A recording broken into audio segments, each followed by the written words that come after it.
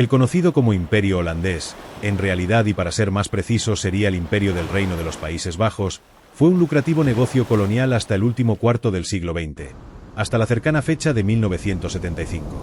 Muchas veces, y durante toda su historia, mantuvo sus posesiones de manera más cruenta de lo que se piensa. Precisamente fueron los holandeses, el país-región más grande del Reino de los Países Bajos, quienes mejor desarrollaron la campaña antiespañola que supuso la leyenda negra. Esa propaganda contra el principal poder de la época, la corona española de los Habsburgo, dejaría una imagen del Imperio español como un dominio de gran crueldad y muy sanguinario, magnificada hasta nuestros días, distrayendo con esa campaña propagandística negativa cualquier juicio crítico de las acciones holandesas en sus posesiones. A partir de 1648 que las Provincias Unidas, llamadas también Holanda, consiguieron su independencia del trono español en el contexto de la Guerra de los 80 años, lograrían incrementar su poderío naval. Un poder marítimo holandés desde inicios del siglo XVII que una vez acabada la Guerra de Independencia sirvió para el control comercial de las mejores rutas oceánicas.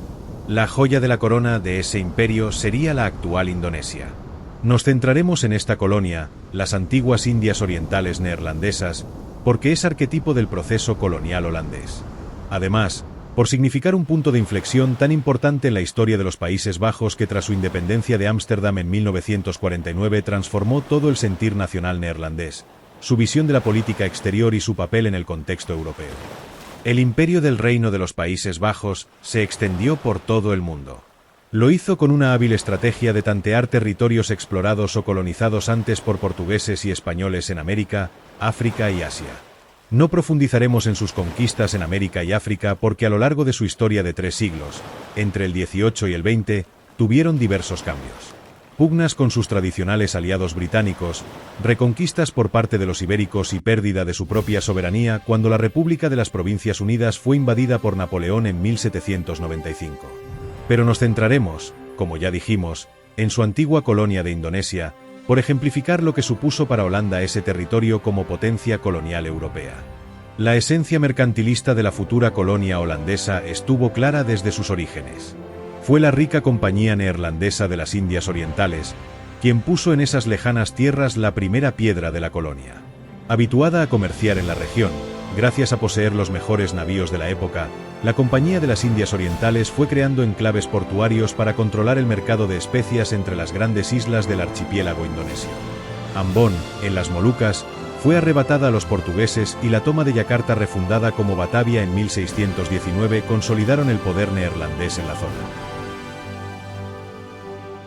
Más que colonias al uso, las posesiones holandesas fueron enclaves comerciales gobernados por esa compañía mercantil en favor de los Países Bajos.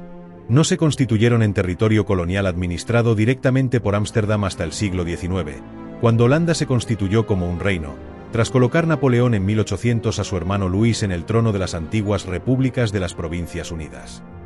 Las conocidas como Indias Orientales holandesas han supuesto un mito nacional dentro del imaginario histórico de los holandeses, pues enlazaba con su edad de oro, con el símbolo de la gloria marinera y comercial de los Países Bajos. Durante la cruda y penosa posguerra europea de la Segunda Guerra Mundial todavía se consideraban a las colonias neerlandesas del sudeste asiático como las salvadoras de la economía holandesa. El monopolio del caucho y otras materias primas servirían para la recuperación de un país que había sido expoliado por los nazis. Por eso la declaración unilateral de independencia del líder nacionalista indonesio Sukarno en 1945 fue desoída. La ocupación japonesa de la región durante la Guerra Mundial favoreció el descontrol europeo de sus colonias asiáticas, pero en cuanto Japón fue derrotado, Holanda movilizaría allí a más de 140.000 militares. Soportaría 4 años de guerra de guerrillas y sufriría 3.000 bajas entre soldados y civiles.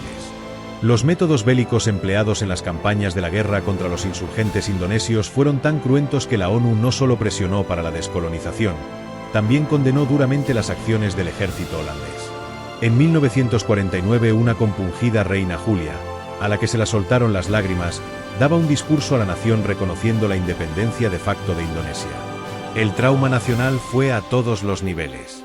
No resultó una mera resolución histórica, fue un trauma nacional pues miles de holandeses nacidos en las mismas Indias Orientales, que no habían pisado nunca suelo europeo, tuvieron que ser repatriados. Llegaban a un país en plena crisis económica. La descolonización en Asia de las posesiones holandesas estaba resultando tan traumática que los Países Bajos debieron reinventarse como Estado. Recondujeron a partir de 1950 sus esfuerzos hacia el proyecto europeo, conscientes de ser un país pequeño y muy dependiente de su entorno más cercano. Su europeísmo convencido sería el motor de su recuperación económica, aunque el cambio de mentalidad no sería fácil. El imaginario colectivo de la pasada gloria imperial quedó latente, como se vio en la tardanza en conceder la independencia o al menos una autonomía a los territorios americanos que quedaban del imperio. Por ejemplo, el actual Surinam, antigua Guayana neerlandesa, no consiguió su independencia hasta 1975. Las conocidas como Antillas holandesas gozan de una semi-independencia solamente desde 2010. Hay que recordar que el actual Reino de los Países Bajos lo forman las regiones o países de Europa, siendo Holanda el más importante, pero también las islas caribeñas de Aruba, Curazao y San Martín. Y hasta aquí una nueva versión en audio de uno de los artículos más leídos de Pax Augusta. Si te ha gustado te puedes suscribir al canal y nos animará a seguir versionando post de la única web sobre civilización y barbarie. Gracias y nos oímos en la próxima.